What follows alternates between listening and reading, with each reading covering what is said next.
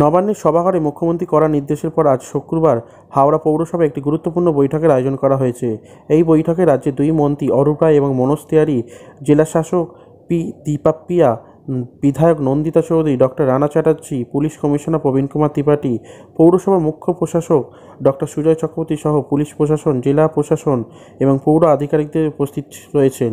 এই বৈঠকে মুখ্যমন্ত্রীর নির্দেশের পর হাওড়া পৌরসভার পক্ষ থেকে হাওড়া পৌর এলাকায় নাগরিক পরিষেবা এবং কিভাবে দেওয়া যাবে সেই নিয়ে বিশেষ এই গুরুত্বপূর্ণ বৈঠক।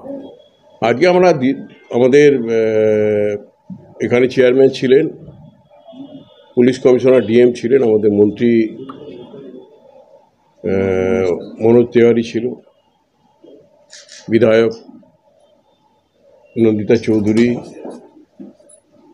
ডক্টর রানা চ্যাটার্জি এরা ছিলেন এবং অন্যান্য আমাদের মোটর ভেহিকলসের অফিসার ছিলেন, বিভিন্ন দপ্তরের আধিকারিকরা ছিলেন। আমরা বিস্তারিত আলোচনা করেছি। বিশেষ করে আমাদের নির্ধারিত যে কর্মসূচি ছিল, আমাদের টোটো এবং বেআইনি বিল্ডিং নিয়ে একটা ডিসকাশনের ব্যাপার ছিল। বেআইনি বিল্ডিং, টোটো, বেআইনি জলাশয় বুঝিয়ে ফেলা, এই সমস্ত নিয়ে একটা মিটিং ছিল ইতিমধ্যে আমাদের নির্ধারিত। কিন্তু পরবর্তীকালে মুখ্যমন্ত্রী যে মিটিং করে যে ইনস্ট্রাকশনগুলো দিয়েছেন সেগুলোকেও ইনক্লুড করা হয়েছে এর মধ্যে, এবং প্রত্যেকটা ক্ষেত্রে কড়া অ্যাকশন নেওয়ার কথা পুলিশকে বলা হয়েছে।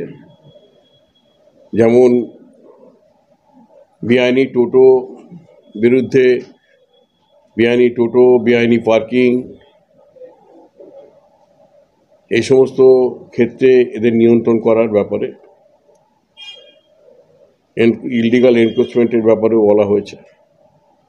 বেআইনি বিল্ডিং, এখানে পুলিশ কমিশনার ছিলেন, এফআইআর করে তাদের বিরুদ্ধে দরকার হলে প্রয়োজন গ্রেপ্তার করা। হাওড়া থেকে চন্দন পোলের রিপোর্ট, নিউজ লাইন হাওড়া।